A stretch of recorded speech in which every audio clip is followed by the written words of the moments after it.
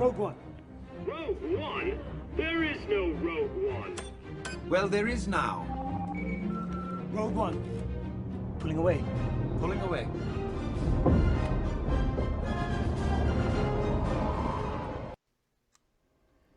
Hello, and welcome to Rogue One Radio. I am your host, Steve Long, or one half of your host team, Steve Long. With me is Charlie Kirby. How's it going today? Going well, ready to talk about some Star Wars. Oh, yeah, our favorite. So this is the first episode of Rogue One Radio. We put this one together. It's basically just a couple of guys talking about their favorite thing, which is Star Wars. So we're going to be covering it all, everything from movies and books and TV shows and comics, games, pretty much everything that the Star Wars saga has to offer us. That's what Rogue One Radio is about. So I thought we'd start off kind of introducing ourselves and talking about how we got started into Star Wars. So go ahead and start us off, Shirley. Yeah, so I am a little, I think a little baby millennial at 32. So the first time I remember Star Wars is the re-releases in the mid-90s. Seeing, A New Hope, Empire Strikes Back, and Return of the Jedi, the special editions in the theaters. And, I had those on VHS via my grandmother, who would record everything on HBO and Showtime. She had an entire wall of VHS tapes that she had recorded movies off of there. And, I would rewatch those over and over again, along with the Ewok movies and the Ewok cartoon show. Mm-hmm. And then, I was the perfect age for the prequel trilogy when that came out. And that was a lot of my high school years was the prequel years coming out. And, during college and some of those years, I kind of got more into, creative writing and literary fiction and, reading, fatheads like Jonathan Franzen. But, I think as I got older, and I think once Disney bought Star Wars, or it was about 2012, 2013 there, really sort of rejuvenated something into the Star Wars fandom. And I was really excited to get back into that. And, my wife got really into it. We were able to sort of get into Star Wars together again. And I've been on that train ever since. That's cool. And so what is your earliest Star Wars that you remember? Well, the first movie that I ever saw in the theater was Empire Strikes Back.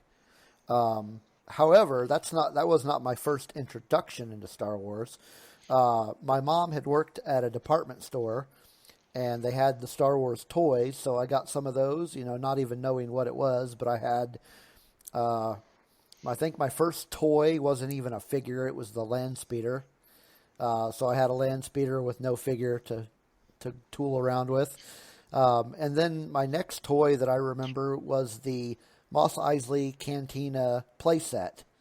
Wow. Which came with the Hammerhead and the Greedo, and then it also came with the Walrus Man, and then something that was called the Snaggletooth.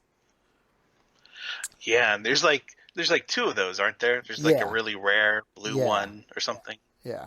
So, but the first movie I ever saw in the theater, was Empire Strikes Back, and from there, I was hooked. I've really been into Star Wars ever since. Kind of like you, there's been a couple of periods of my life where there's been kind of a lull. But something has always brought me back, whether, it be the re-releases or the prequel trilogy or, like when the Clone Wars came out, the cartoon, and then of course with the sequel trilogy, and now with Disney Plus and the Mandalorian TV show, just something always brings me back to it, and just one of those fandoms that never goes away. And hopefully it doesn't. I don't think it will. But then, that's... And then another thing that really, like, my interest was already there. Like, it hadn't gone away. But something that really kick-started it into high gear was earlier this year, I got to attend my very first celebration. Oh, yeah. And that just sealed the deal for me. It was like, that was just so amazing. It's really cool. Yeah, we got to go to the one in 2017, I think, for The Last Jedi, when that came out. Nice. Up down in Florida. And that is, it is a big experience. And it's really cool just sort of being able to just meet people that are into what you like. And I tell you, if you're sort of just like really into like the online Star Wars stuff, meeting people in real life is a lot more pleasant. Man, it was so fun. I got to say, on the one hand, Celebration was a little overwhelming, but in a good way, if that makes any sense. Yeah. It was like there was so much going on that you just like, I don't know what to do. But yeah, you mentioned the online. You know, there's so many different podcasts that I listen to, and to actually be able to meet those people that do that and that you've talked to for years, like finally actually meeting them, it's like, wow, this is really cool. And then there's of course the if you decide to shell out the money, the celebrities that you can meet. Now my celebration, I decided to budget myself to one meet and greet, and I stuck to it. So I only did one meet and greet at Celebration. And who was that? And that was Ian McDermott. Yeah. Yeah, I had pre-ordered his meet and greet months in advance, so I had no idea he was going to be in the movie.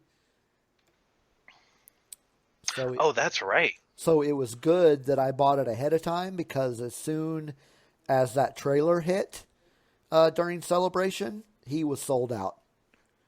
It was, yeah. Yeah, we didn't do any meet and greets when we were there in 2017, but we walked past Ian McDermott once with his little entourage, and I leaned over to my wife and said, "That was Ian McDermott." And anytime anyone asks me if we saw anyone famous there, that's all I got. Yeah. I walked past Ian McDermott on the showroom floor. Yeah, it was really cool. He was really nice, and you don't get a whole lot of time to talk to him, but he was really friendly and very warm. But that was the person that I had to meet. I mean, that was just the one for me. Yeah, he's cool, and he's now he's been in all three trilogies at this point, right? Yep. With this movie, he will have been in all three trilogies. I mean, yeah. Besides, like Anthony Daniels, he's probably the longest serving Star Wars cast member. Yeah. But yeah, that's my connection and relationship with Star Wars. Yeah. So there's a lot of stuff going on as far as what I do is, I play the video games, and there's the tabletop role-playing game that I get into. So yeah, just Star Wars is a big part of really everything that goes on that doesn't have to do with family obligations. Right.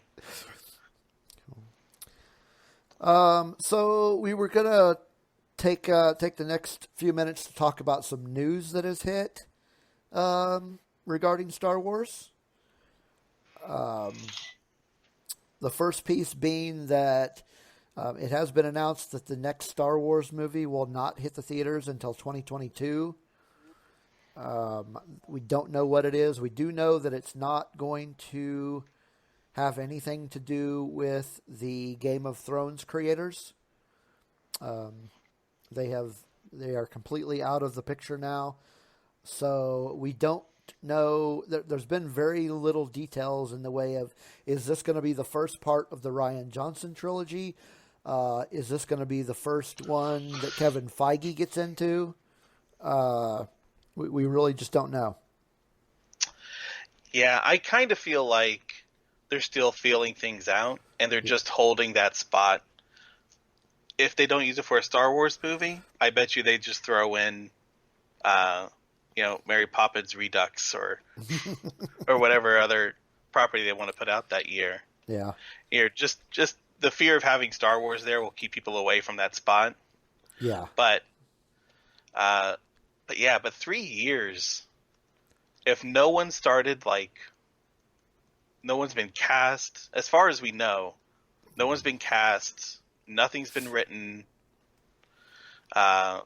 we don't even have names out. I have a very hard time believing that a Star Wars movie will come out in December of 2022.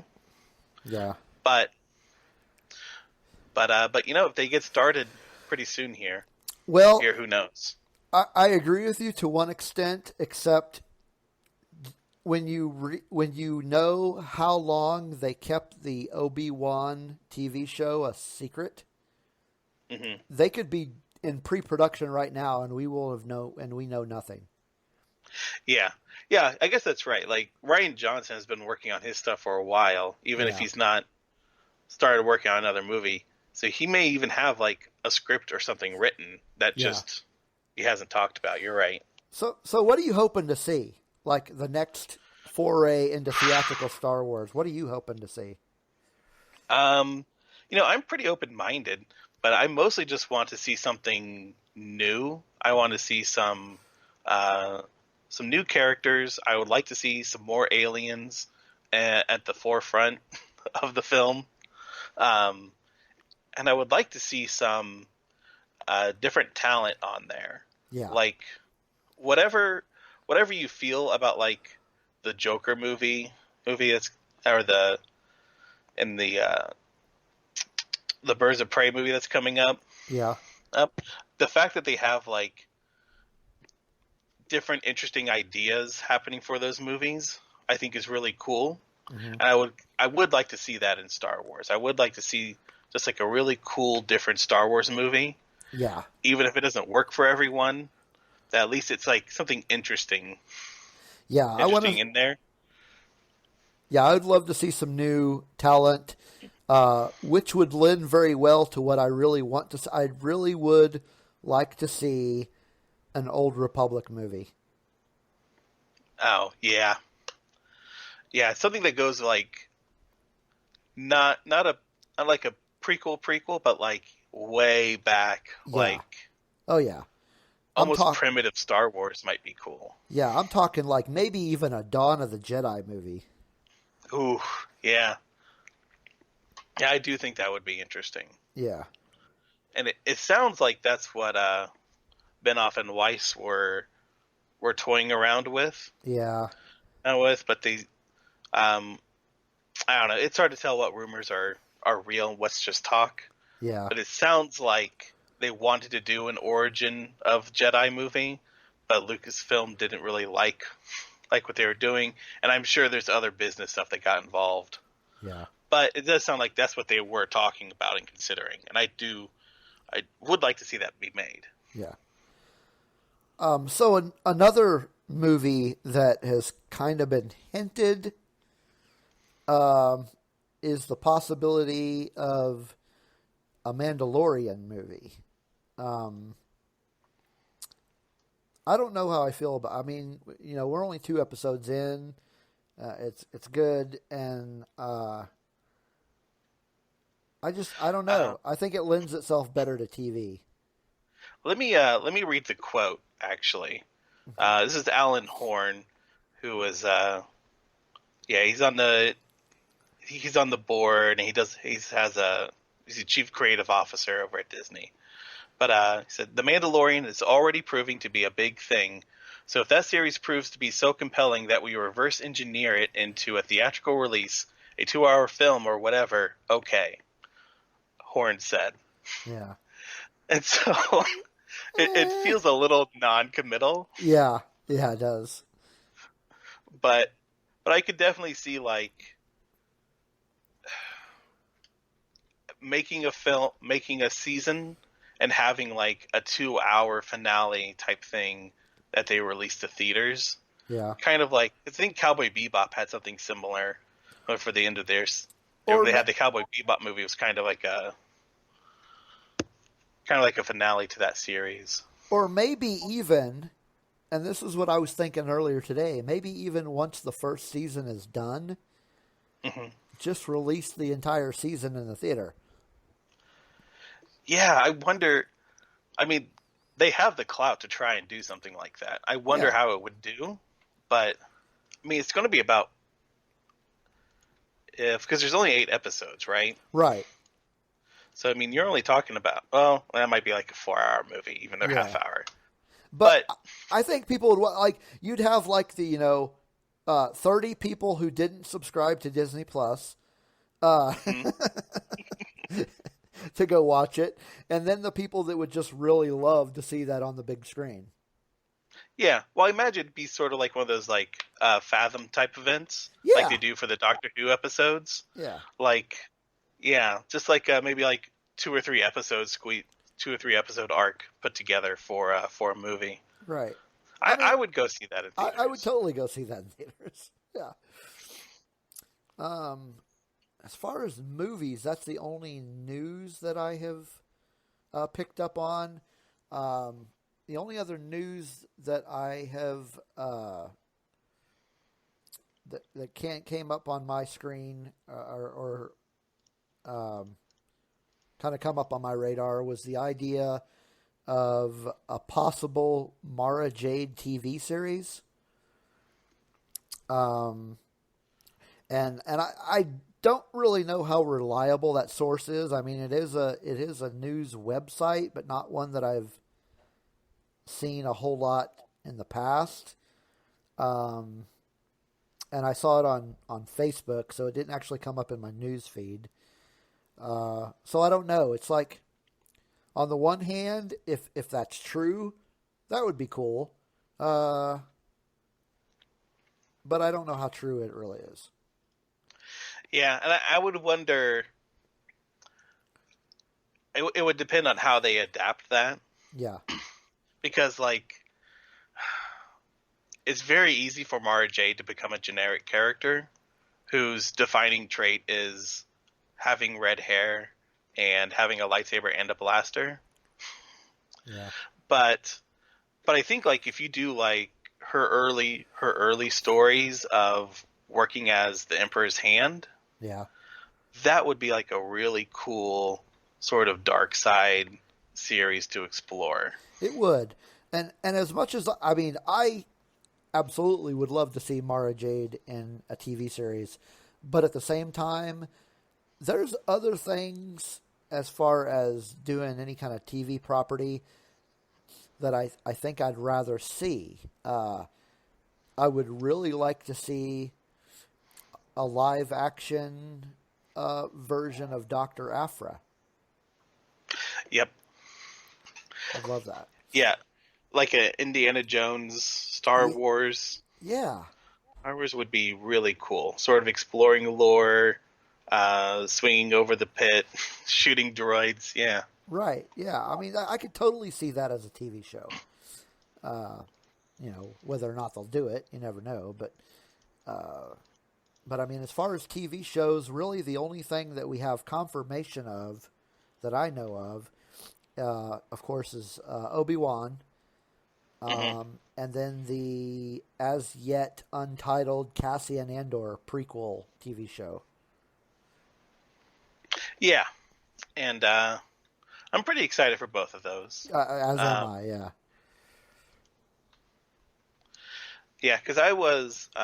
well, you know what? I'll save my thoughts on Mandalorian for a little later. Okay. But the other thing is, I also wanted to talk about Disney Plus a little.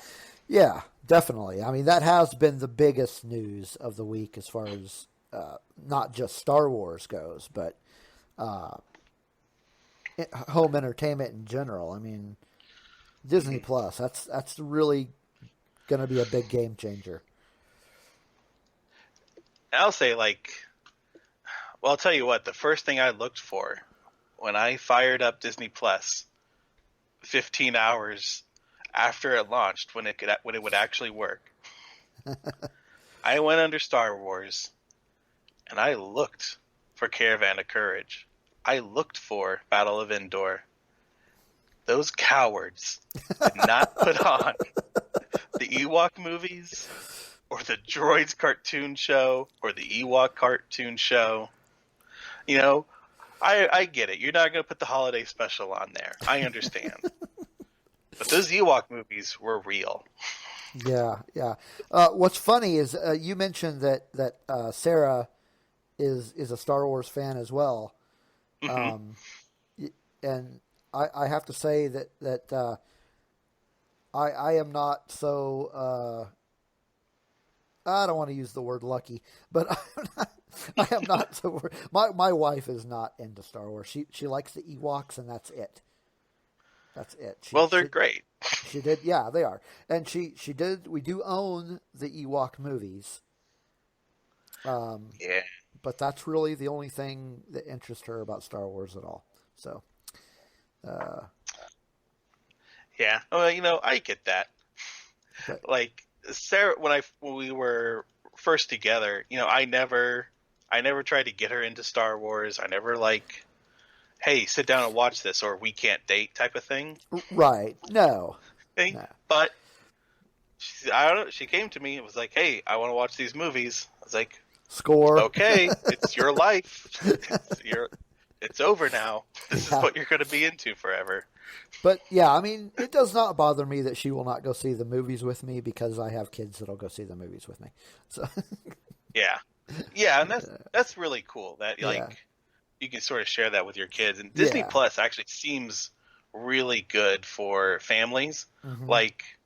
As a 30-something-year-old adult with no kids, the only thing I really see on there that I'm interested in is the National Geographic content and the Star Wars content, and the Marvel content. But that's also just kind of everywhere. Sure.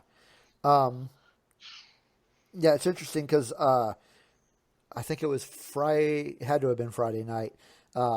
We sat down and the whole family, and watched Willow. Yeah, that's cool. That was on there, and I was like, "Oh, cool, Willow's on here." So, had they seen Willow before? No. How'd your kids like it? Well, funny thing, the 15-year-old boy actually fell asleep because it was pretty late at night. All right. So he fell asleep, and I'm pretty sure that the younger daughter liked it. She seemed pretty into it. It's kind of hard to get a read on her sometimes. She's I don't know how familiar you are with it, but she's on the autism spectrum. Oh, yeah. So it's just kind of hard to get a read on her sometimes, is what she likes and doesn't like. But she didn't complain about it, so I imagine that means she liked it. Right. But yeah, with my son, he's pretty much a big Star Wars geek too. So it's good. It's good that I can pass that fandom on. Yeah, and it's nice having all the Clone Wars series on there. Mm-hmm. Yeah, you have all the movies. I mean, I own all the movies anyway. Same here. But I don't. At this whenever point, they do updates. Yeah, I mean, I don't have to get the DVD or the Blu-ray out now. I just punch up the thing. But yeah, the content is really good. I actually yesterday finally started watching a series that previously had never gotten to watch because I didn't have cable, and that's Resistance. Oh, we'll have to talk about that in the future. Yeah. I'm only about 4 or 5 episodes in. But yeah, I didn't have Disney XD, so I never got to watch it, and I was really upset about that. I'm like, dang it, I really want to watch this. But yeah, now that Disney Plus is out, the whole first season is there, so that's good. Yeah, it's a little bit like Rebels. I think Rebels and Clone Wars sort of start out very, very kiddie friendly. Yeah. Friendly, and they get a lot more interesting as the show goes on. Yeah. I can see that. Yeah. But Disney Plus has been pretty interesting so far. It looks like they've used, for the Star Wars movies that are on there, they're using versions that are being prepared for 4K and 3D release. And they actually have changes that were made by George Lucas. Yeah. Like, if you're anywhere near Star Wars memes right now, you all know about McClunky. They've altered the Han Solo Greedo scene further. Again. And so that right before anyone shoots, Greedo yells out, McClunky, and they shoot each other. And it sounds like it's supposed to be Alien for draw. So it's like it's supposed to be more of a showdown. So they're both drawing at the same time, further reinforcing the idea that Han Solo is not a murderer. Which, it's fine. Okay, George, I get it. George, just leave it alone. But, I'm glad I have my, despecialized editions sitting around as well. Yeah. So yeah, Disney but the color Plus grading is supposed to be a lot better, I should say. Yeah. So if you're still watching the Blu-rays, and I know the color grading there is a little weird, especially on R2-D2 in a lot of scenes. A lot crisper, a lot prettier on Disney Plus now. That's good.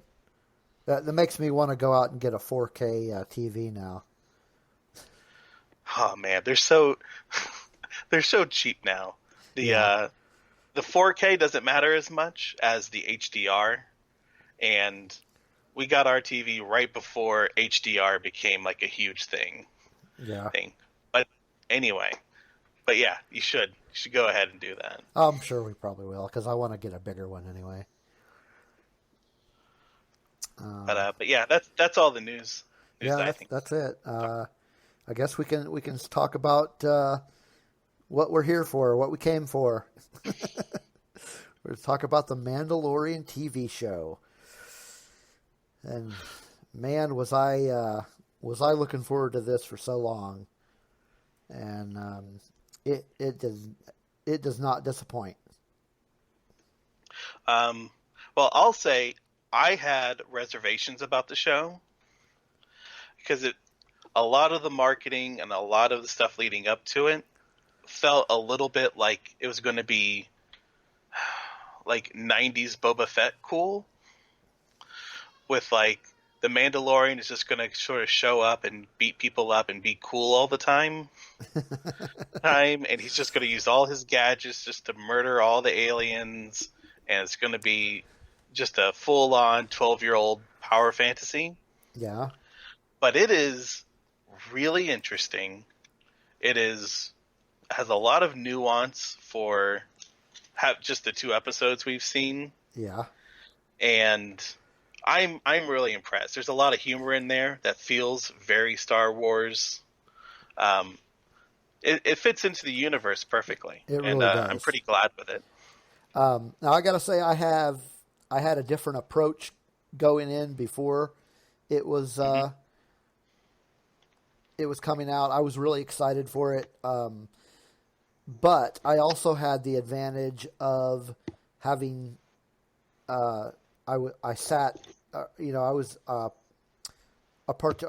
audience member in the panel for the Mandalorian at Celebration, and we got to see a lot of stuff that other people did not. And then also we got to hear a lot about it from the creators themselves, specifically Jon Favreau and Dave Filoni, because they were all there on stage, just right in front of me, and yeah, talking about what we were to expect. So I've been ready for it for a long time. But so let's go ahead and get into the first episode. Dive into that. Yeah. So starts off in a bar of some sort. Not too surprising for the type of movie that or type of TV show that they're doing. With I don't know if you want to go like scene by scene. But we could do just like a quick overview. Like, so he goes in. The first scene is him getting into a bar fight, seemingly to protect this blue alien there. I think played by Horatio Sands. Yeah. Beats him up. Turns out he's here for Horatio Sands' alien. Yeah. Alien, and it feels just kind of like an introduction to the bounty hunter world and how this character is kind of presenting himself to the galaxy, which is a cool dude with lots of gadgets that beats the crap out of people. Yeah. So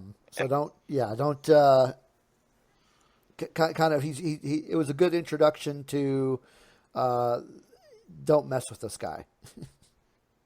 And it's kind of interesting because we see him, he brings the alien onto his ship, just sits him in the seat with handcuffs on.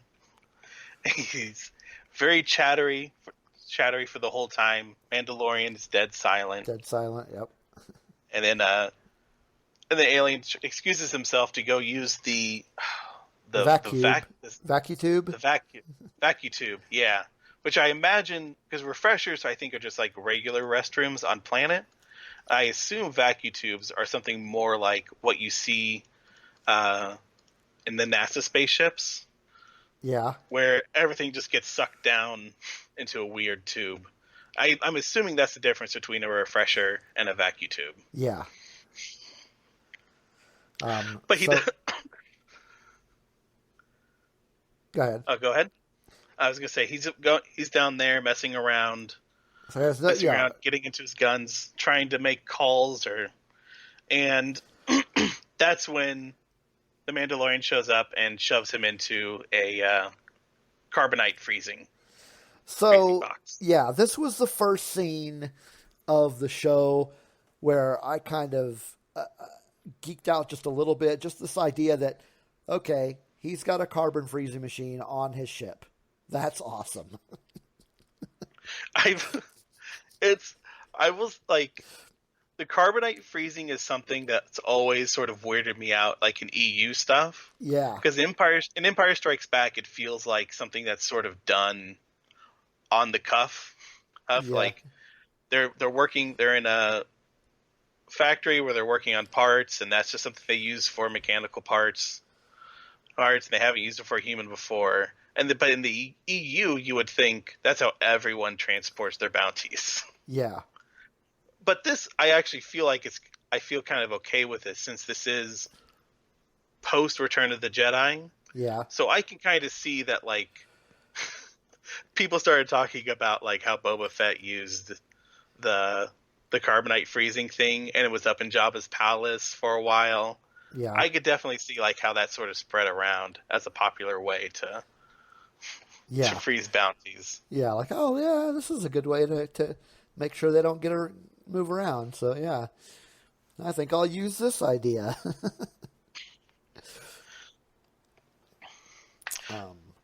So then go ahead.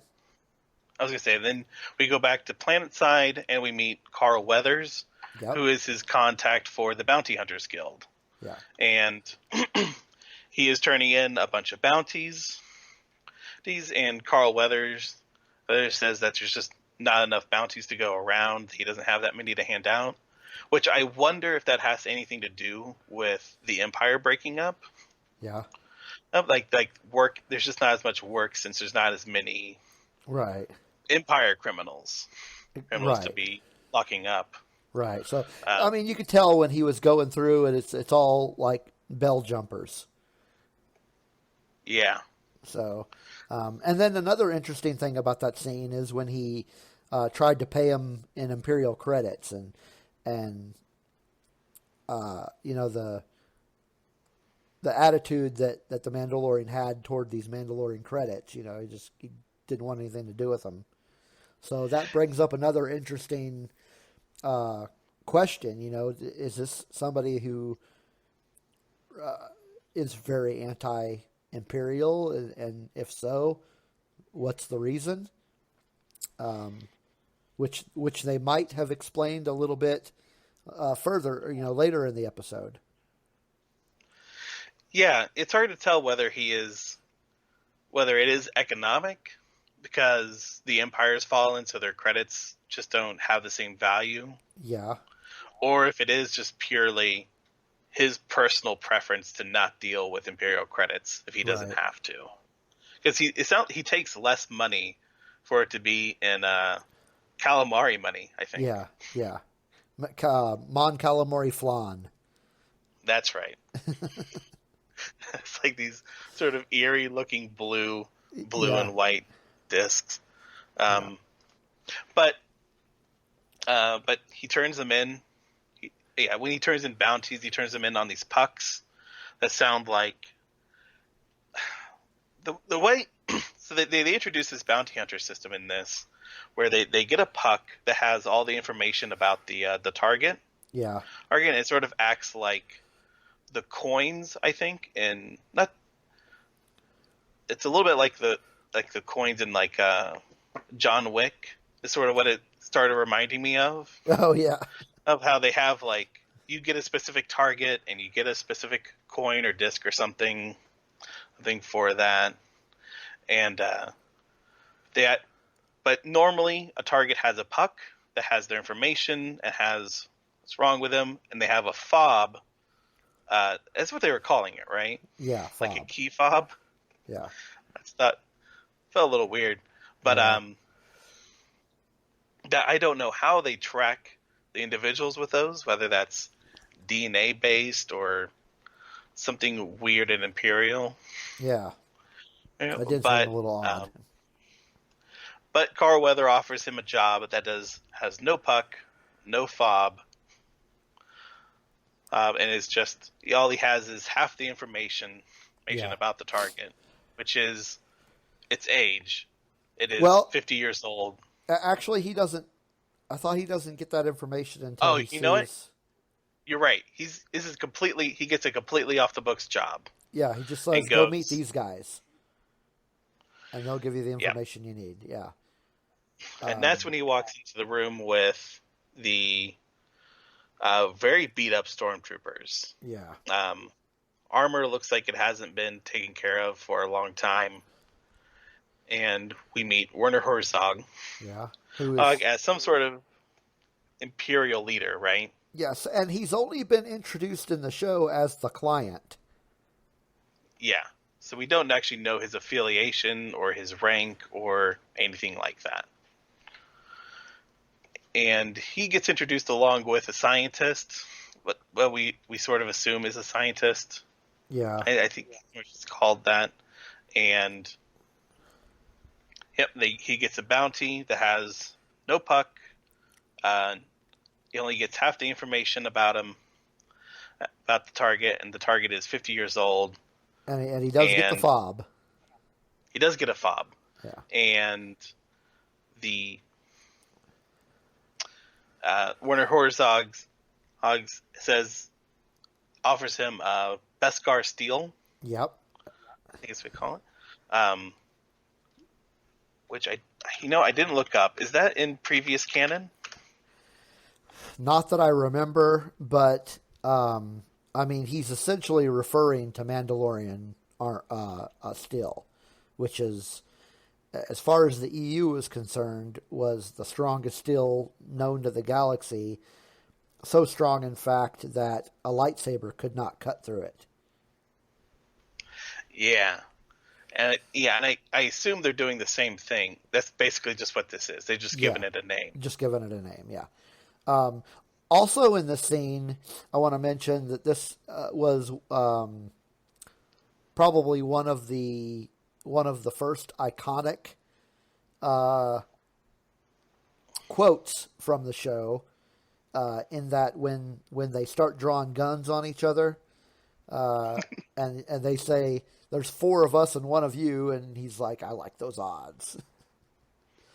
That is, yeah, he is very much a tough guy. Yeah. He is the toughest guy in every room he goes in. Yes, it's like, yeah, there's 4 of you. I know you got military. I'm assuming you have military training, but that means nothing to me. Yeah, and we see, like, in one-on-one fights, or even like multiple guys fighting him. Yeah, he is very capable. Oh yeah. We end up seeing lots of situations where he does get outmatched, and he's not like a super soldier, right? But 1-on-1, 4-on-1, those are odds that he seems pretty good at. He seems pretty okay with. Yeah, he can definitely hold his own. And so then that takes us to the scene where another scene where I really geeked out when he goes into the Mandalorian clan house. Yeah, that was really interesting. Yeah, so he goes in there, talks to the armorer, and she makes him. He gives her the Beskar, and she makes him basically a shoulder pad. Because we had talked previously about like what we were wanting from the show, and I was wondering how much they would go into like Mandalorian lore and his history and stuff. Yeah, and it looks, and I was really excited to see like the mythosaur skull, to see a bunch of kids running around with Mando helmets, and like, oh, we're gonna get into it. I saw that mythosaur skull on the wall, and my first thought was, okay, I have to have that for my house. Well, go get yourself a bounty, get yourself some Beskar steel, and get to work. I'm not that good. This is also the scene where they show the flashback, where he talks about how he was a foundling, and he's thinking back to some period of his young life. And this is what I was mentioning earlier. I got to imagine this had something to do with the Empire. Was it the Empire, or was it what if I could, or was it the Separatists? It's a good question. It could have been either. Well, I don't know. How old is this guy? They haven't really established that. As I think it was droids that were hacking, and I think it also explains why he doesn't like droids. That would make a lot more sense. Yeah. Okay. I will say one thing I noticed from that flashback, and this is probably not accurate, but earlier in the episode, someone mentioned Life Day. The Horatio Sands alien mentioned Life Day, and then I saw them all running around in those red robes, and I was like, "Oh my gosh, they attacked them on Life Day." Wow. I hadn't even noticed that. I don't think that's what's happening. I think that's just their normal dress. But that is what came to mind when I saw red robes that weren't Palpatine's. So that is another interesting point you bring up that we didn't mention, is that with this first episode, they have canonized Life Day. It's a thing. What are the specifics of that thing? Who knows? But it is a thing. Yes. Within the new Star Wars canon. And I'm pretty happy about that. Yeah. So then after he leaves the armor, he sets out on his adventure.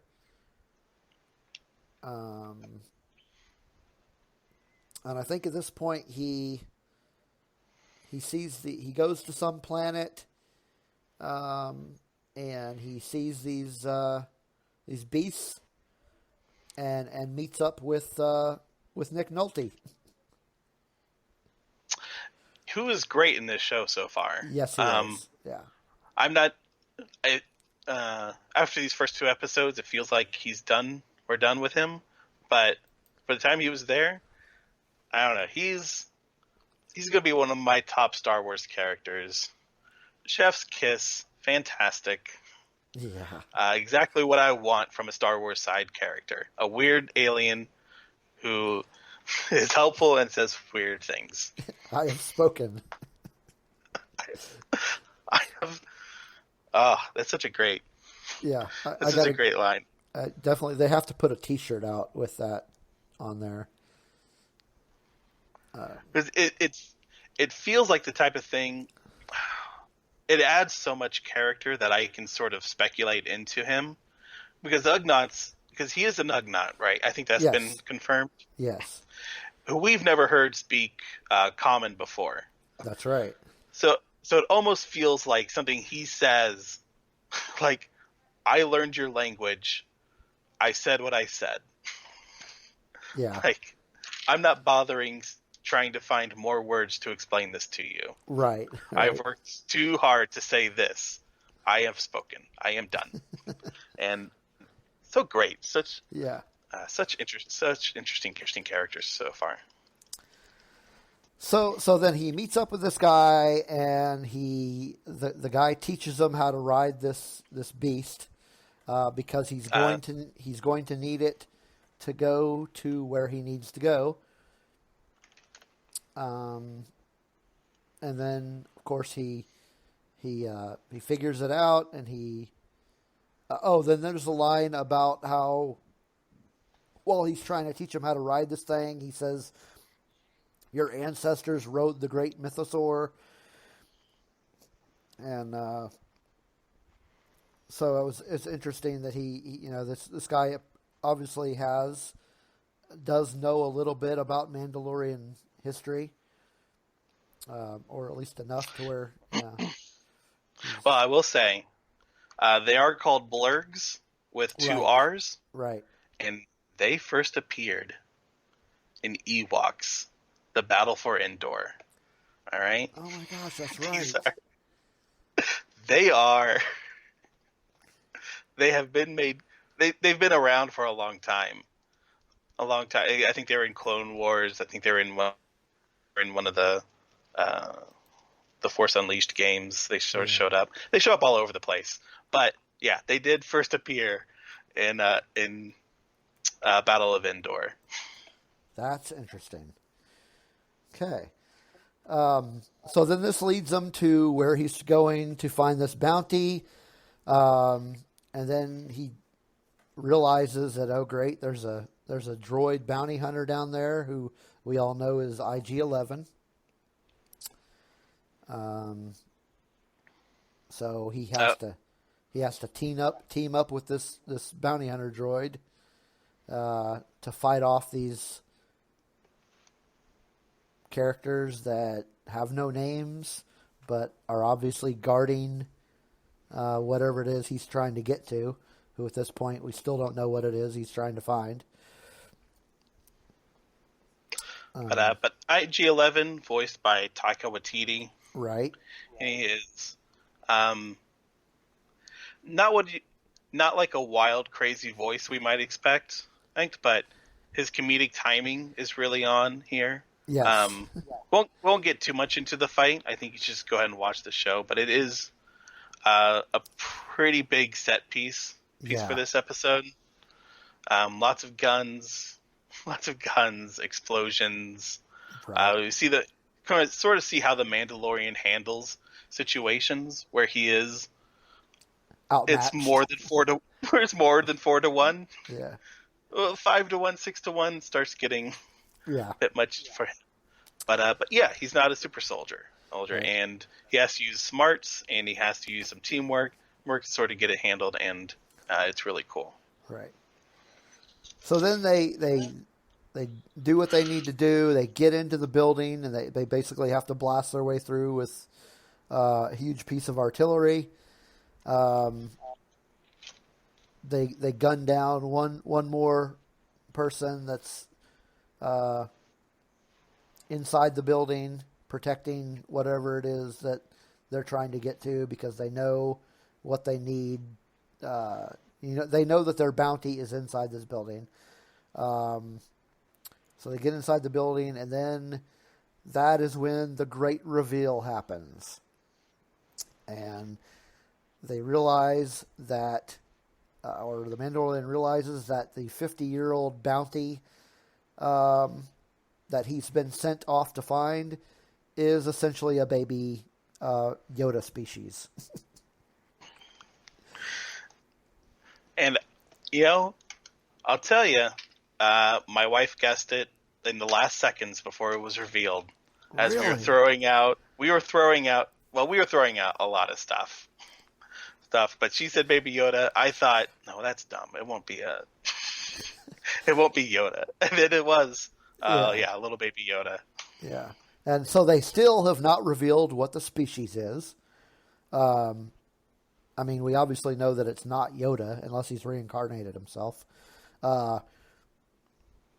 But yeah, when this first popped, I had no idea, and my jaw just dropped. I was, oh my gosh, it's a Baby Yoda. It's pretty wild, and it's really cool seeing the Mandalorian with that baby. And when we get into the next episode, Yeah. it starts getting a lot more lone wolf and cub imagery. Yeah. And then, and maybe like, oh yeah, go ahead. And then at this point, we know that the bounty, or we're at least I'm pretty sure, it's a safe assumption that the person that hired the Mandalorian to find this creature is not the same person that hired IG-11, because IG-11 said specifically the client wants this dead. Right. And so Mandalorian's like, nope, ends up shooting him, blasting his head off, blast the giant hole through his head so that the Baby Yoda doesn't get killed. Yeah, and I think we're going to see in this series sort of the splintering of factions within the Empire post Return of the Jedi. Yeah. As we see like different groups and different leaders try to gain power in different ways. Right. Because one thing that we didn't mention from the Werner Herzog scene is that scientist has a patch on his arm that signifies the Kaminoan cloning facility. That's right. Yeah. So which that gives you that makes you wonder, okay, is this a clone of Yoda? And if it is a clone of Yoda, are they trying to see if it's force sensitive? If they can make a force sensitive clone? Yeah. Are they wanting to make a clone of the baby because they don't actually have a Yoda anymore? Yeah. Because Yoda's off the map and they found this baby somehow? Are they... you just don't know. Because one weird speculation I heard was maybe they're making a clone of Yoda to see if they can make a force-sensitive clone for the Emperor. So that he could come back into a force-sensitive body, and this is like a trial run. Yeah, maybe. But, I don't know. So that takes us to the end of the first episode, which was just titled Chapter 1, didn't have a title, which is different than Chapter 2, which came out Friday, and is called The Child.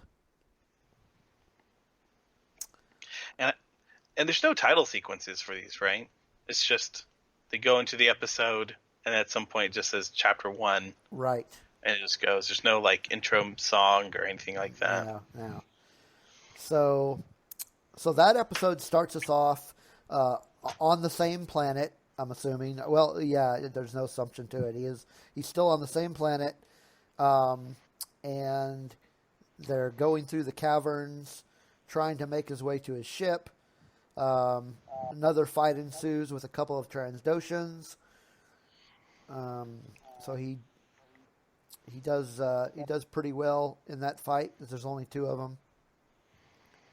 He does get hurt, however, which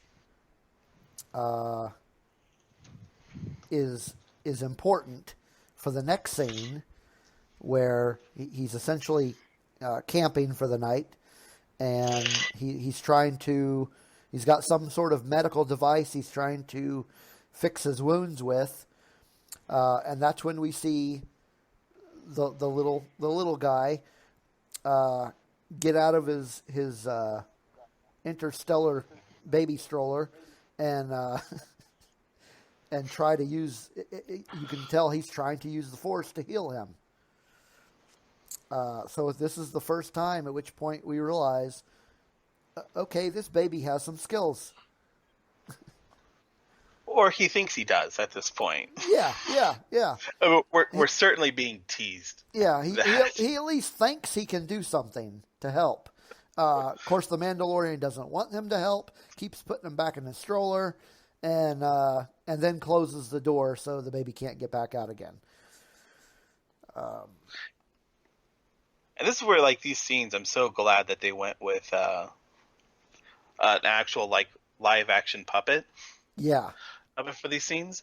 As later on, whenever there's another scene with, like, that little baby Yoda walking around and Ugnaught, Nick Nolte standing there, and I'm like, whew.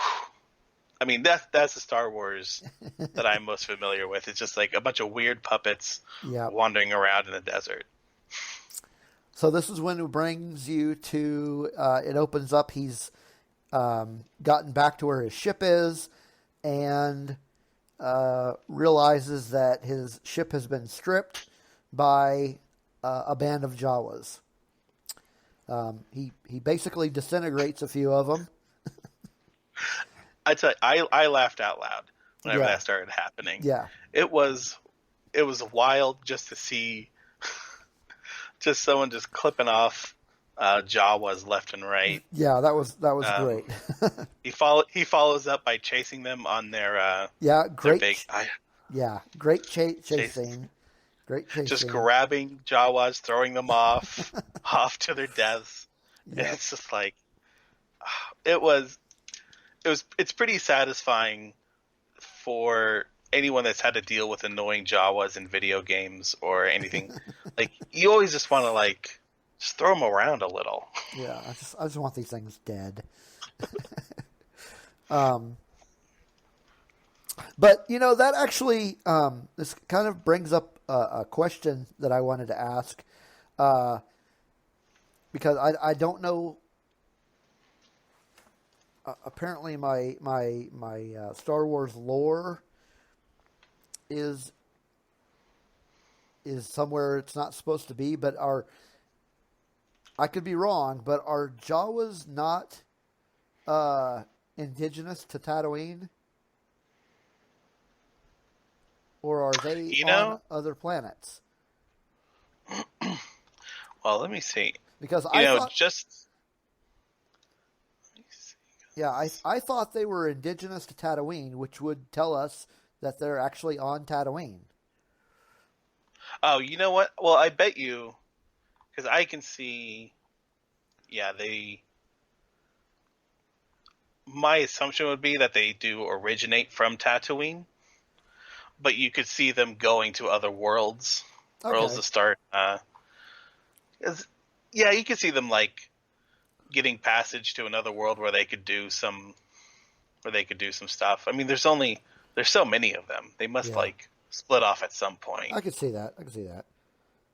But I think you're right that originally they were indigenous to Tatooine, and I think this sort of spreads out that lore so that they are on different planets at this point. But then, but they also have they mentioned what planet he's on? I've only seen it called Arvala. Okay. On here, I'm seeing it called Arvala 7. Okay, so you have seen an actual name, and I haven't seen that. So okay. So where are we at? He chases them, and he can't catch them because they take him out with their little stun guns, and at this point he makes his way back to the Ugnaughts' home. Yeah, and the plot is actually pretty scant in this episode. Like, we can just, like, he goes back to the camp. The Ugnaught talks to the Jawas for him to get his parts back, and eventually they agree for him to get an egg for them. Yeah. That they're very excited about. He goes to get the egg. Turns out it's being guarded by a giant. The only reference I've seen to it is it's called a mudhorn. Yeah, mudhorn. I haven't seen another name attached to it. Right. So he's that, a little. Yeah, he's a little not necessarily outgunned, but he can't use his gun, so he's not really like I guess what I'm assuming he's trying to use it, and like I'm guessing that it's been jammed up by the mud. Yeah, he's covered in mud. His gun is covered in mud. So this guy is not good at handling animals. He almost got taken out by a blurg. Right. And now he's taking on a mudhorn. It's not going well. And this is when we see, during this fight, we finally see the little Yoda creature using the Force. So, and it's pretty heavy duty too. Yeah. He is full on lifting up this giant creature that is a ton, maybe I would guess. At least, yeah. And he is lifting this thing off the ground, and it's like, oh my gosh, confirmation that this is a Force sensitive little Yoda character. So it's another jaw dropping moment. Just amazing. So moving on, he takes out the thing and goes and finds the furry egg, which I thought was a little weird, and then brings it back to the Jawas, who are very excited, and he gets all of his gear back. And then I tell you what, that egg, I thought, oh, they're gonna like worship this egg. Do they want to hatch it and have their own creature? And nope, those little jerks are just like they just lop it off. Yep. And it's like a bunch of Honey the Pooh bears with a jar of honey, just slopping it all over themselves. That's a good analogy, because when I first saw it, I was thinking, is that like one of those Cadbury cream eggs? Yeah, that's exactly what it looks like. It was disgusting, by the way. Exactly. It is like a bright, darkish yellow, not pleasant looking. They got their hands in it, and I'm like, that's gross. That's just gross. So the Jawas are the worst. So when he gets the stuff back from them, him and the Ugnaught work on the ship and get it back up and running.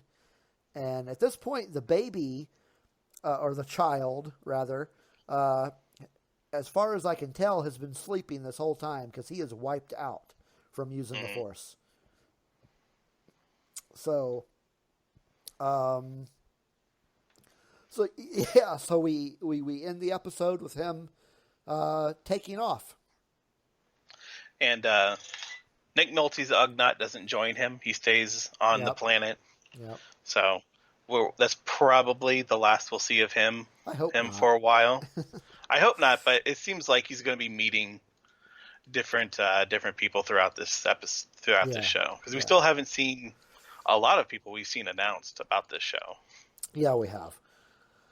So, in general, overall, let's go episode by episode. What is your letter grade for episode 1? Episode 1, I would give I'd probably give it like a B plus, A minus. Okay. Something like that. Okay. I think it's a really good introductory episode to the series. Agreed. Series and what they're doing. But I really liked the child. Yeah. And that's why, that's the only reason like I'm saving my letter grading. So I want to give that a high grade. Yeah. So yeah, I would go A minus with the first episode. It was a really good introduction in the show, and really gave me this sense of, what I've been waiting for so long. It's gonna be worth the wait. Yeah, and then on the second episode, I mean that's an A for me, A plus, something like someone around there, because it's a lot, pretty very light on dialogue, Yeah. very heavy on imagery, and it really captures a lot of what I think they're doing with the show. I don't know if that episode is quite transcendent. I have to watch it 500 more times, I guess, and see how I really feel about it. Yeah. But that episode has sold me on the series more so than the first episode did. I can see that. Yeah. I would also give it an A. It was a good episode, and it really gave us a sense of this character is we're going to see a lot of interesting things happen with this character. But yeah, I'm looking forward to more episodes. I think maybe in the further weeks we'll do more speculation about where we think things are going and whatnot. But wanted to get those first 2 episodes talked about. Yeah, definitely. So I think next we had decided we were going to talk about every episode we're going to do kind of a list, like a top 5 or something to that effect. And we decided that we're going to start things off with this inaugural episode by ranking all of the Star Wars movies from, I don't want to say least favorite, but essentially that's what it is, least favorite of the 10, and then working our way up to our absolute favorite.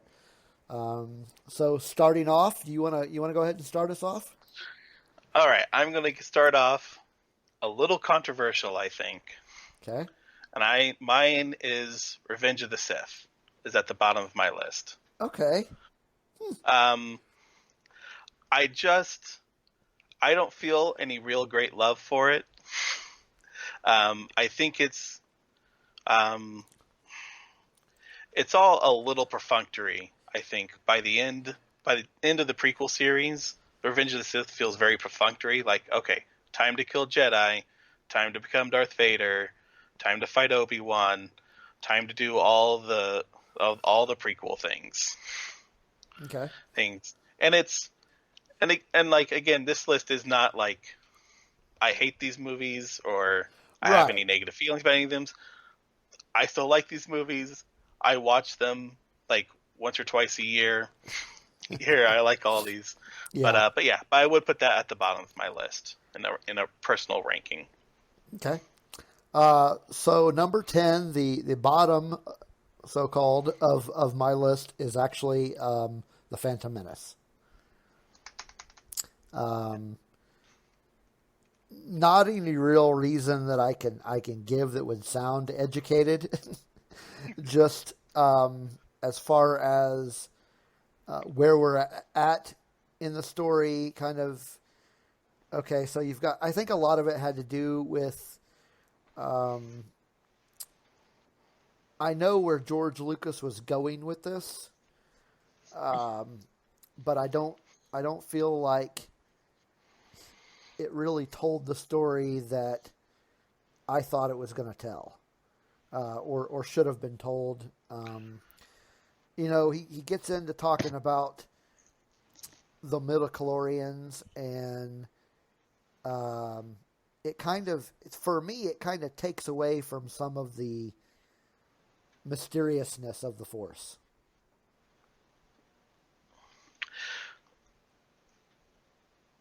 Yeah, I'm not going to disagree with someone putting Phantom Menace at the bottom of their list. But it is probably the most. When you look at all of the saga films together, I think it stands out the most as just an oddity in timing, framing. It's a weird outlier in the saga. Yeah. I mean, another thing that I had a little bit of an issue with in this movie was strangely enough, not Jar Jar Binks. I mean, he was what he was. But I felt like they kind of almost built up the Darth Maul character, and then I think they killed him too quickly. Well, okay, I use air quotes when I say killed him. No, but yeah, it is weird. Like, trying to guess like what George Lucas was actually planning. Yeah. Because now it's kind of clear that like he had like different apprentices that represented different elements of Darth Vader. Like Darth Maul is just a pure warrior who doesn't have any political skills. We have Count Dooku, who is just all like politics and backstabbing and just all of the sort of like finessing of a Sith Lord. And then Anakin sort of was supposed to represent the best of those two put together. Yeah. And there's someone who had some political finesse to him, but also was a fierce warrior. Right. But was that did he have that? I don't know. You know. But yeah. Yeah. So how about your number 9? Mine is Attack of the Clones. Okay. Clones. When I think of the prequel trilogy, this is the movie I think of. Think of like as far as the aesthetic, this Hayden Christensen, Ewan McGregor with a beard, running around in weird neon cities. Like that is sort of what I picture as the prequel era. Yeah. When you watch the Clone Wars, that stuff comes more from Attack of the Clones than Phantom Menace or Revenge of the Sith. Absolutely. That's just, and so, whatever, and like the plot is all over the place, and a bit of a mess. Mm-hmm. But I like it for sort of what it represents to that trilogy, the way that I think Empire Strikes Back represents to the original trilogy. Yeah. And sort of defining aesthetics and style for it. Sure. So actually, this one was also my number 9. I didn't necessarily have any problems with it, although I do agree that the plot was kind of all over the place, but also the thing that stood out to me is that in the original trilogy, when they discussed the Clone Wars, this isn't what I had in mind. This is not what I thought it was. Yeah. So, yeah. That's all I'm going to say about Attack of the Clones. Yeah. It is an interesting twist where you find out that in that movie that those are the good guys for that series. Yeah. There's for at least for that movie, where they do look like stormtroopers, and some of that finessing. Like there's a lot of stuff I like about the prequels. It goes like thinking about them, rather than sitting down and watching them. Yeah. But my next. So yeah, we're at number 8 now. Yeah. Mine is Phantom Menace. That's my top prequel movie. Okay. And that just has to do with, I actually kind of like the slow pace of the movie. It feels a little meditative. They still use a lot more practical effects in that movie that makes it feel more connected to the older Star Wars movies. And it's also probably just like a little bit of nostalgia. Yeah, I could see that being like me, just for all the build up around that movie, and that being Star Wars is back. It's Phantom Menace. Yeah, and I can see that. That's just like, I don't know. I sit down and watch the prequels. I'll probably put on Phantom Menace. Okay, I could see that. My number 8 is actually Force Awakens. Yeah, Woo! I've had this discussion with others, and it's quite surprising to them that this is so low on my list.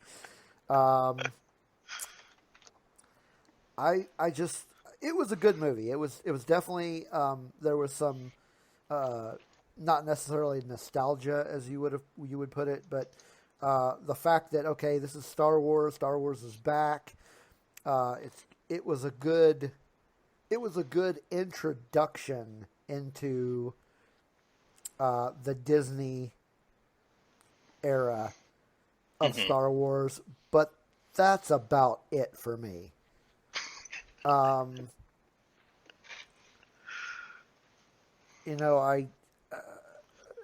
The killing off of Han Solo, finding out that the bad guy is his son.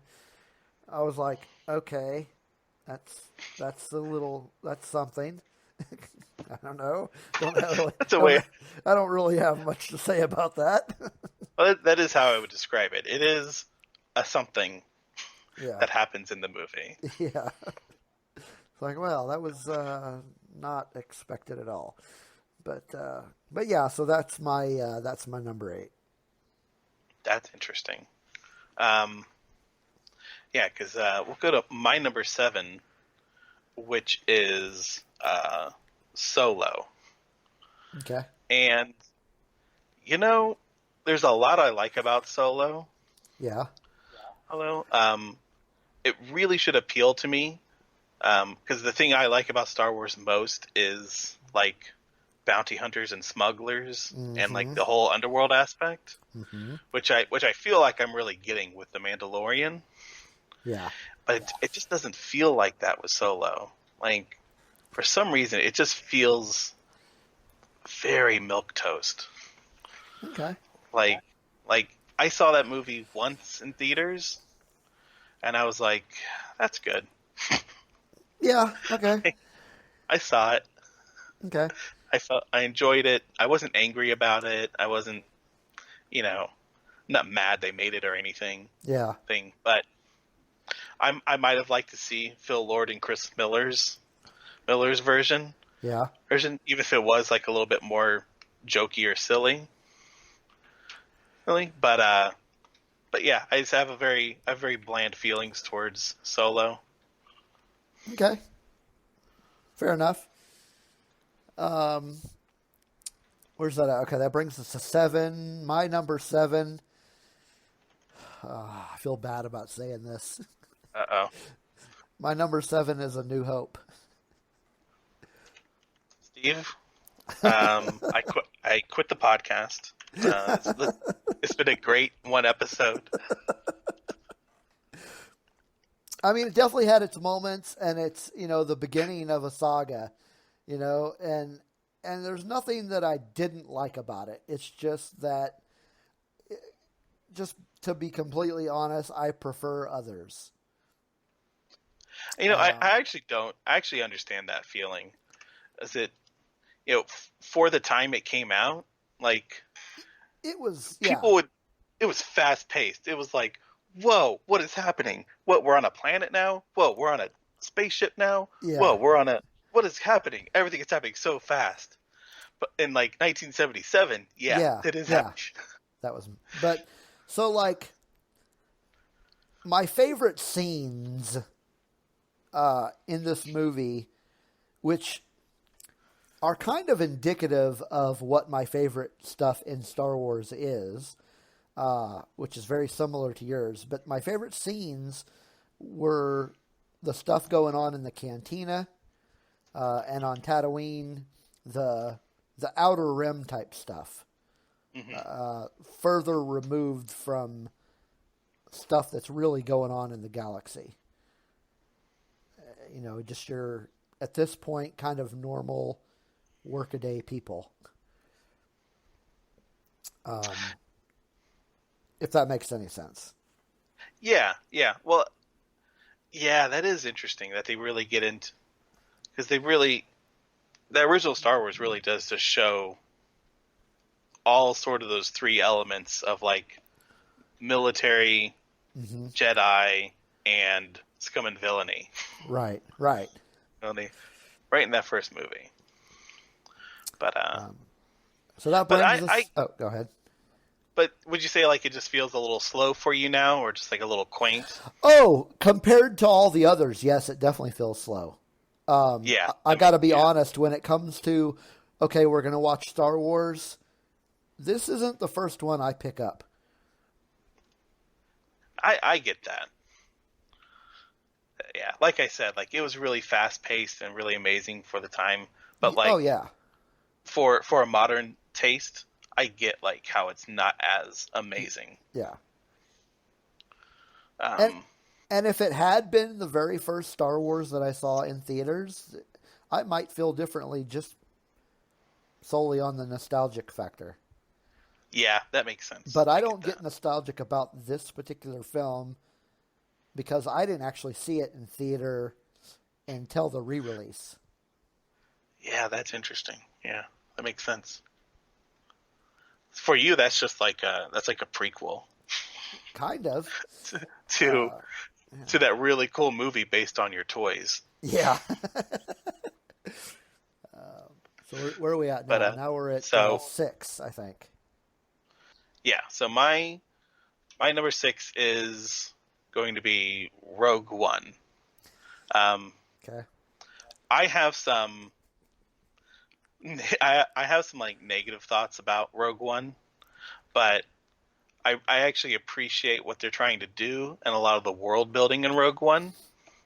So it's actually a little mixed on where Rogue One and Solo they could have flipped. But I think my milquetoast feelings to Solo put Rogue One up above it, even if I don't like Rogue One as much. Huh. Just because it is doing a lot more stuff. I think it looks a lot prettier, and it has a really cool battle at the end. But like my big thing is like I really like fun characters and fun character interactions, and I just don't feel like I get that with Rogue One. Interesting. There's- Okay. Like I think the characters are just a little flat. I don't think they have time to really flesh out in that movie. Yeah. I mean, I can see that. like, but a lot of the stuff around Rogue One, I really like. Yeah. Like Jedha, the city looks amazing.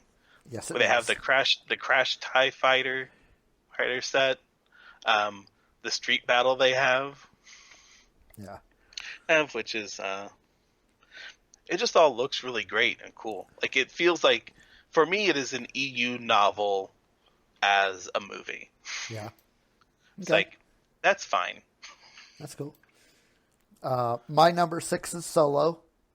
I didn't feel as milquetoast as you did about it, although I did a little bit. I liked this movie because what I liked most about this movie is that it almost entirely dealt with the underworld.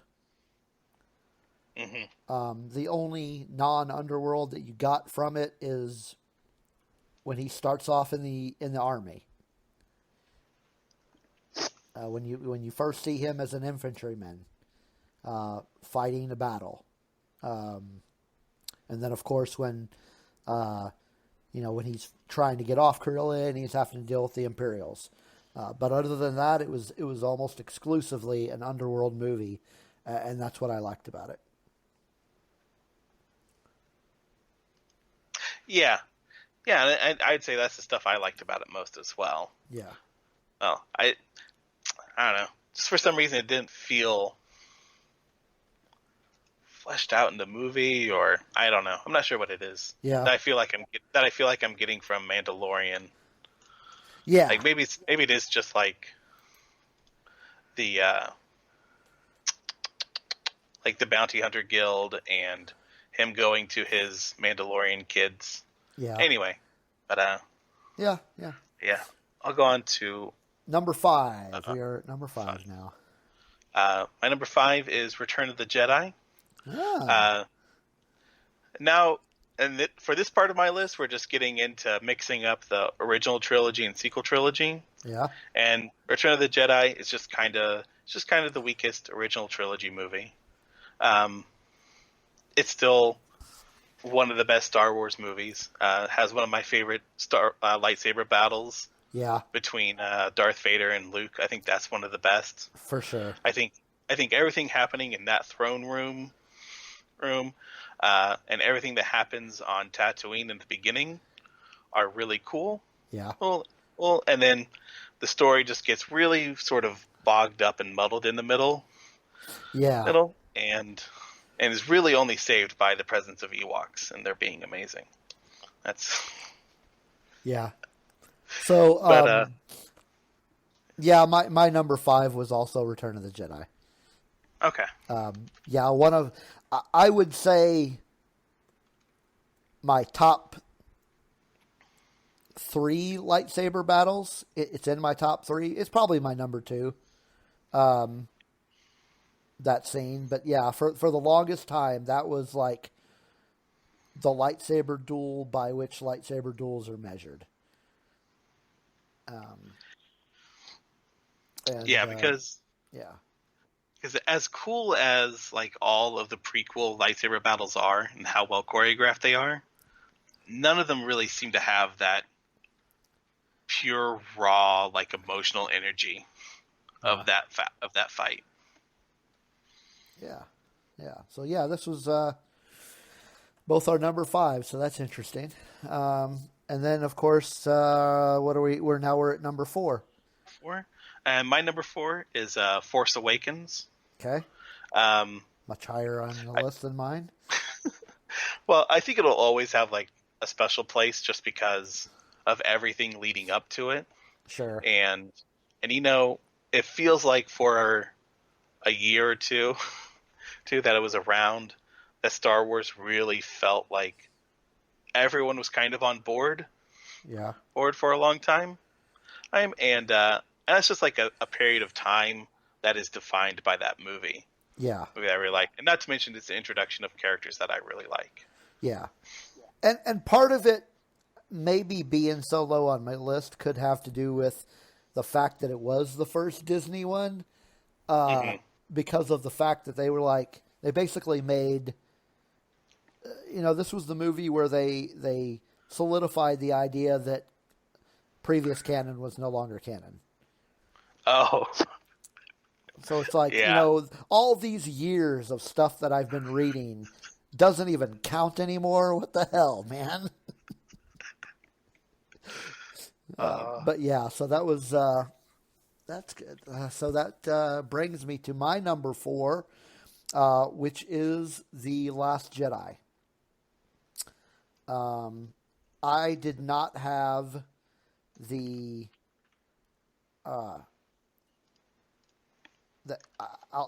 for lack of a better term, I did not have the hate for this movie that I think a lot of people did.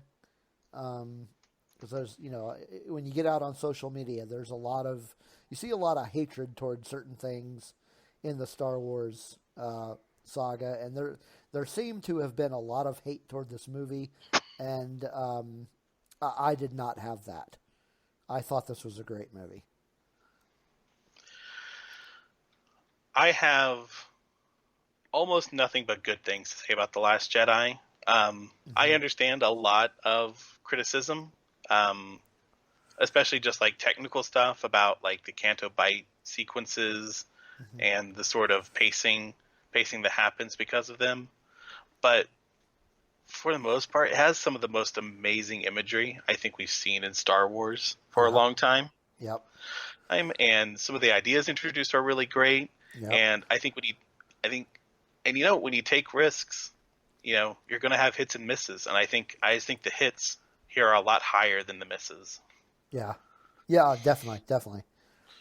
So that brings us to your number 3. My number 3, which I don't know if this will be controversial or not, but Empire Strikes Back is my number 3. Okay. I do think it's probably the best original trilogy movie. Yeah. But it really defines what we think of Star Wars. It opens up Darth Vader's helmet is like shiny and crisp, and you can see your reflection in it in this movie. Yeah. Whereas in A New Hope, you can tell like it's a janky thing they got done just in time. Yeah. That still has, it looks like it has fingerprints on it still. Yeah. But I mean, this is where we see, Chewie with a bowcaster, Yep. and this is, I think this is the first time we actually see Urabesh. I don't think Urabesh was in A New Hope. No. Just because I think it's been changed. I think like in the Blu-rays and DVDs and stuff, but there's just like English language signs on the walls in A New Hope. Hope in the originals, but yeah, everything we think about Star Wars and the original trilogy comes from that movie. Yeah. And that's not even going into the expansion of the Force, the Yoda and Dagobah scenes. Yeah. Which are just trippy and cool, and Yep. which is everything that you want to feel about the Force. Yep. How the Force, I think, really connects in a way the previous movie didn't, and it does just everything a sequel should. Yeah. Very good stuff. So my number 3 is another big source of difference in your ranking, and my number 3 is actually Revenge of the Sith. Okay. I liked it because I thought about this because I've had to, for lack of a better term, defend how much I like this movie, and I've thought about it, and a lot of it has to do with, as this strange trip into Star Wars fandom has gone on for so long with me. Anakin has been the character I found most intriguing. And so the fact that this movie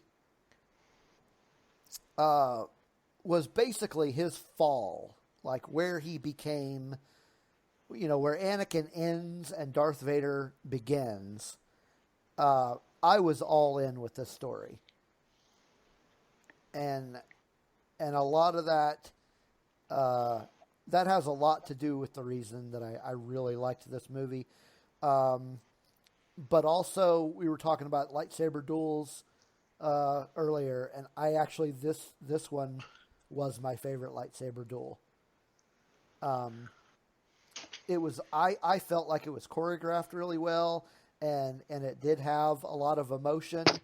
It showed a lot of the dark aspects of both of the characters to a certain degree, and the fact that this and part of this lightsaber duel, as far as how much I liked it, was a little bit to do with nostalgia from the original prequel, or from the original trilogy, because you've heard about this duel for so long, and it was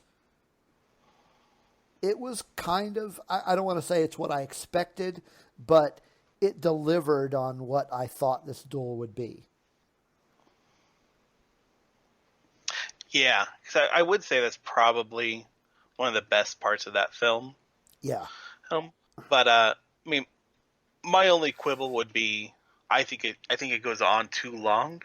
Because I feel like the opening of that, like their confrontation on the landing platform, is really good, and okay. I think their final confrontation, like the high ground, low ground, as much as it's memed, I still think like establishes like the differences in their characters really well.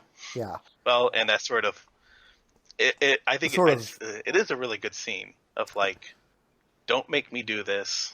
It's sort of it also sort of signifies the arrogance of Anakin. Yeah.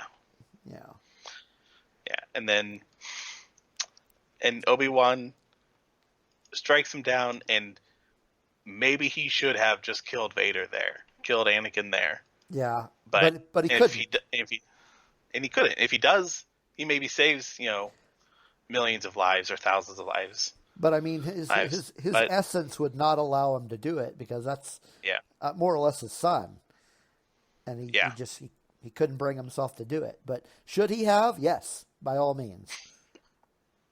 But I think that stuff is really interesting, Yeah. and like I said, I just think that fight just goes on a little too long, but I think there is good emotional impact in there.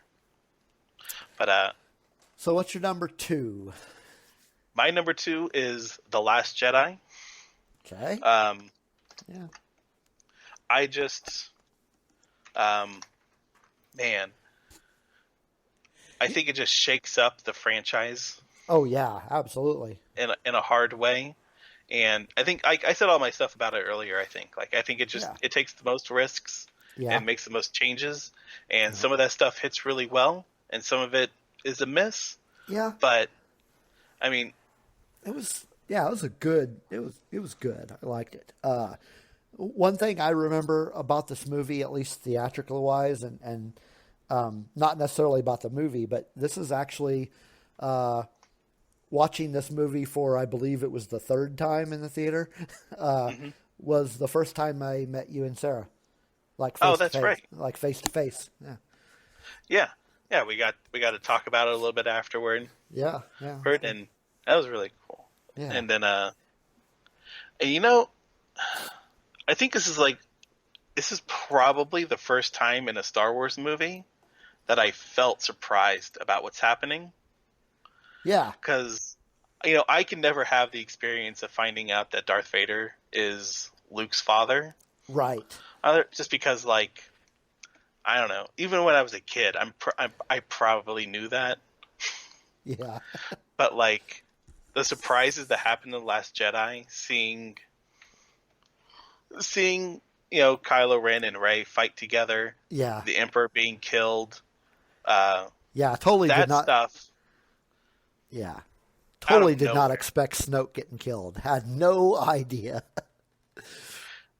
And just and I don't know, as someone who's watched a lot of movies, like Star Wars and not, anytime I feel like I don't know what's going to happen next in a movie, makes me really excited. Yeah. Like one of the movies that when I saw Drive, the Ryan Gosling movie, I had only seen trailers of it. I thought, oh, this is probably going to be like a dumb driving movie or something. And, I go into the theater and watch it just because I had a day off. And it's amazing. It's nothing what I expect. I have no idea what's going to happen. And that's how I felt in The Last Jedi. Yeah. Cool. So my number 2 was Empire Strikes Back. Best one of the original trilogy. A lot of this has to do with nostalgia, but there was just so much cool stuff going on in this. They had the Battle of Hoth, the Dagobah Jedi training scenes, the Cloud City, the introduction of Lando. It just there was so much about this movie that to a certain extent was kind of overwhelming in a good way. There was just so much going on. And then you've got probably the number 3 lightsaber duel between father and son, where you find out that he is his father, and gets his hand cut off, and it's just like, oh my gosh, it's just, you leave this, I don't remember how I felt when I was probably about 7 or 8 years old when I saw it, but I remember being just awe-strucken by Star Wars in general because of this movie. So this is number 2 because of the impact, I guess you could call it, has had on my life. Yeah, and that definitely... aside from the fact that it's a great movie. Yeah. Yeah. And then... so number 1. My number 1 is A New Hope. A lot of what I like about Star Wars is just old janky stuff. I like the old old Star Wars comics. I like old Star Wars products that don't make any sense. It's where they've, and A New Hope is just, it really is just a movie where they are just like trying to figure stuff out. Yeah. And you can see them like working really hard, putting these puppets together, just like getting Darth Vader just all together. Yeah. And just knowing the history of that movie, the way that everything comes together is nuts. Yeah. Like there's no reason that movie should have done well or worked. Yeah. But it all just comes together, and I think some of the most iconic imagery I think of when I think of Star Wars comes from that movie. C-3PO and R2-D2 in the desert. Luke, just the poster for A New Hope is probably still my favorite poster, Star Wars poster. It's just I don't know. That's just kind of what I like the old 70s janky Star Wars. Yeah, I don't see any problem with that. I mean, it's a good solid number one. I could totally see that. My number one, as I had mentioned to you earlier, probably would never show up on anybody else's number one Star Wars list, and most certainly was not anywhere near number one for you, but actually was Rogue One. Rogue One is actually my favorite Star Wars movie. I liked the kind of spy feeling to it. I liked that it felt, to me, this movie felt more like a war film than any of the others. As far as, this is what happens to those who aren't necessarily part of the main campaigns, and it to me it was the best of both scum and villainy and the mystical side of Star Wars, because you didn't necessarily have Force users, but you had Force sensitive people. Yeah, and you get to see how people who aren't Jedi and aren't associated with that sort of think and feel about the Force, how they relate to it. Yeah, that's what I meant. It's outside of the main happenings. It's not the Skywalker saga. But so you've got these people that you've never heard of, with the exception of Saw Gerrera that I heard of in the Clone Wars, of course. But for the most part, these people you've never heard of, these characters that were brand new characters, and how they dealt with the Imperial threat, and just this whole sequence of events that led to where we started with A New Hope.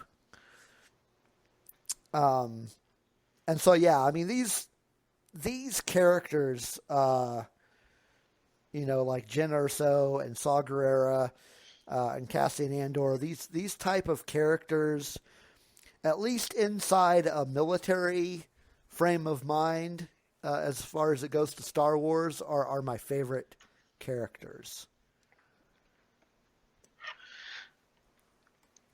Yeah, I really like what I was saying earlier. I really like the ideas of Rogue One. One is in the concept. That's why I'm really kind of excited about the Cassian Andor series. Yeah. Aries with K2SO is still actually one of my favorite droids. Yeah, he's amazing. Yeah, and love him. And I do definitely want to see more of his covert rebel work with K2SO. I think that'll be really interesting and cool. Yeah. Well, yeah. And so, like I said, I don't have any super negative feelings about Rogue One. Just didn't quite work for me the way that I think it did for others. But I totally get why it works for people. Yeah. So that was my number one, and that brings us to the end of our Star Wars ranking. So next episode we are going to talk about our top or our favorite expanded universe characters. In addition to, we will be doing a recap of episode 3 of The Mandalorian, of course. And then I think we're also going to talk maybe a little bit about the new video game that was just released on Friday, which is Jedi Fallen Order. And we can talk about how many times we've fallen off of cliffs in that game. Already quite a few. But I think that is it for episode 1, unless you had anything you wanted to close us out on. No, I think we got through a lot of stuff, and I'm looking forward to next week. Yeah, so am I. And at this point, we have spoken. And we'll see you next time.